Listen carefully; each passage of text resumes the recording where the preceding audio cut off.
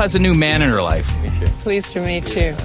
Not me, this guy. It's about a 4.5 foot bronze statue. Well, now we need to redo the garden and kind of build it around him.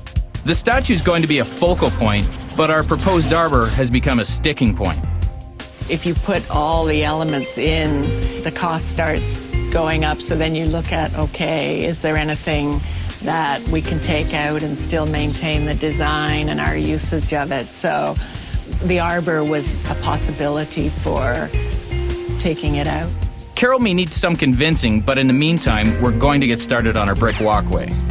I really like these because they look like old brick, which is sort of appropriate given the age of the house. One other thing you should always remember is a lot of people say to me, well, I've got this whole bunch of extra house brick like these ones. Well, I'll use those in the ground. You don't do that, because what happens is the frost gets into them and they pop apart and they explode. So these are designed to go in the ground, but they still have that aged feel of the old house brick. So now it's out with the old and in with the new.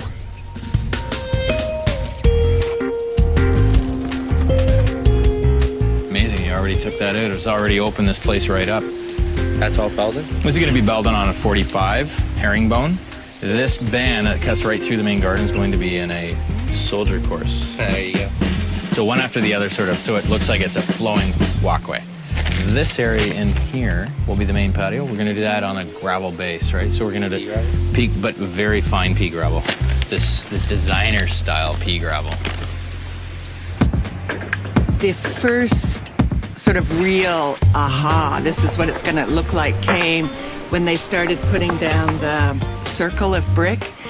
So that's been fun to watch.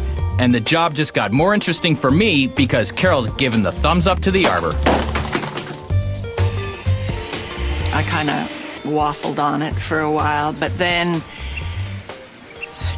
James was persuasive that it was an integral part of the design. So we went back to, yes, we'll have the arbor, which they put the posts in for yesterday. So maybe their cement's not dry. Maybe I shouldn't be bashing them around. You know what? It needed it. It was the heart of the garden. It really was. Oh, yeah, the totally. Central seating area. Well, If you didn't have it, it would look like a great big gravel pit. You know what I mean? It doesn't define the area. So Just this open area, like, yeah. Great. But right now, the area is getting even more open. The thing that was impossible not to notice was how bare it was once all the greenery came out. I think we should put some hornbeam in there, which there's 4 hornbeam, which will give privacy and height. Well, one of those elegant trees you can get your hands on. And because the path that's going to be leading to the shed cuts quite close here, we have to put something that's going to be tall and narrow, so I thought we would put some emerald cedar.